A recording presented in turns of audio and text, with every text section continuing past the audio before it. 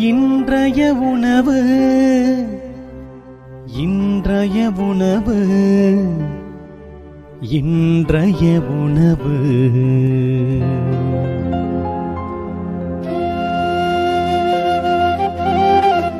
நற்செய்தி வழங்குபவர் தந்தை நிர்மல் ராஜ்.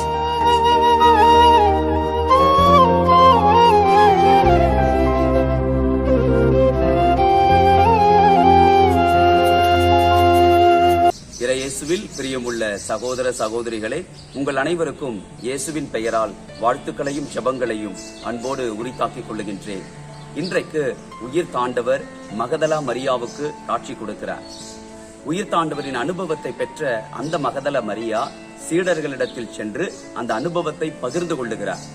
ஆனால் 11 சீடர்களும் நம்பிக்கை இல்லாமல் இயேசுவை இழந்து விட்டதாக அழுது கொண்டிருக்கிறார்கள். இறுதியில உயிர் தாண்டவர் நேரடியாக 11 காட்சி கொடுத்து அவர்கள் நம்பிக்கையின்மையை கடிந்து கொள்ளுகிறார். உலகெங்கும் சென்று படைப்பிற்கெல்லாம் நற்செய்தியை பறைசாற்றுங்கள் என்றும் அவர் கூறுகிறார். அன்பானவர்களை, இருவேறுபட்ட மனநிலையை நாம் இன்றைக்கு சிந்தனைக்கு எடுத்துக் கொள்வோம். ஒன்று மகதலா மரியாவினுடைய மனநிலை, இரண்டாவது திருத்தூதர்களுடைய மனநிலை. மகதலா மரியாவை குறித்து நாம் பார்க்கிறோம். பாவியாக கருதப்பட்ட ஒரு பெண், தான் செய்த பாவத்திற்காக விலை உயர்ந்த எண்ணெயை இயேசுவின் பாதபடிகளிலே தடவி பாவத்திற்கு பிராயச்சித்தம் தேடின ஒரு பெண். 7 பேய்கள் நீங்கப்பட்ட பெண் என்றெல்லாம் சொல்லப்பட்டிருக்கிறது. ஆனால் அவர் மனமாற்றம் அடைந்தார். உயிர் தாண்டவரின் அனுபவத்தை பெற்றுக்கொள்ள அவருடைய மனமாற்றம் பேருதவியாக இருந்தது.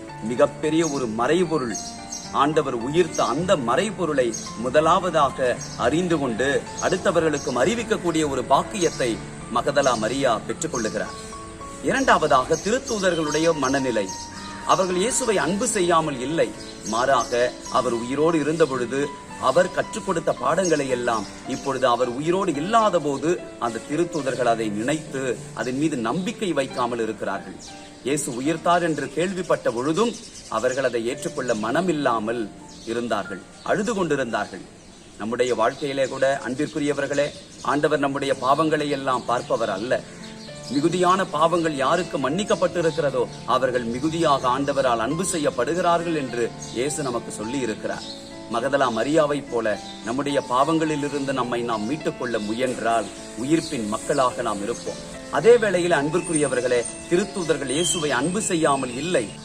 அந்த அன்புதான் இயேசு உயிரோடு இல்லாத போது அவர்களை அழச் செய்தது, தனிமையை உணரச் செய்தது. ஆனால் அவர்களிடத்தில் இருந்த ஒரு குறை, ஆண்டவர் முன்குறித்து சொன்னாரே, தான் பாடுகள் பட வேண்டும், இறக்க வேண்டும், உயிர்க்க வேண்டும், தனக்கு அடுத்தபடியாக சீடர்கள் சான்று பகர வேண்டும் என்று அதை உணராமல் அவர்கள் வாழ்ந்ததுதான். ஆண்டவர் உயிரோடு இருந்த பொழுது சொன்ன வார்த்தைகளை நினைவு கூர்ந்து மன தைரியத்தோடு வாழ்ந்திருக்க வேண்டும் அல்லவா? எங்கள் அன்பின் ஆண்டவரே, உலகெங்கும் சென்று படைப்பிற்கெல்லாம் உம்முடைய நற்செய்தியை பறைசாற்ற பாவிகளாகி எங்களை நீர் அழைத்திருக்கிறீர். மகதலா மரியாவை போல எங்கள் வாழ்வில் எப்பொழுதும் நீர் பரிசுத்தத்தை தருகின்றீர். உம்முடைய இறை ஆட்சிக்காக எங்களை பயன்படுத்துகின்றீர். நாங்கள் திருத்தூதர்களைப் போல உம்மை குறித்து முழுமையாக அறிந்து கொண்டிருக்கிறோம்.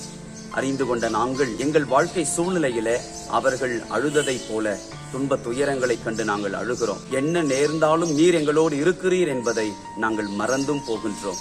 உயிர் தாண்டவரின் அனுபவம் எங்களுக்கு கிடைத்து வல்லமையோடு படைப்பிற்கு உம்முடைய செய்தியை நாங்கள் கொடுக்கிற கருவிகளாய் இருக்க செய்திருளும்.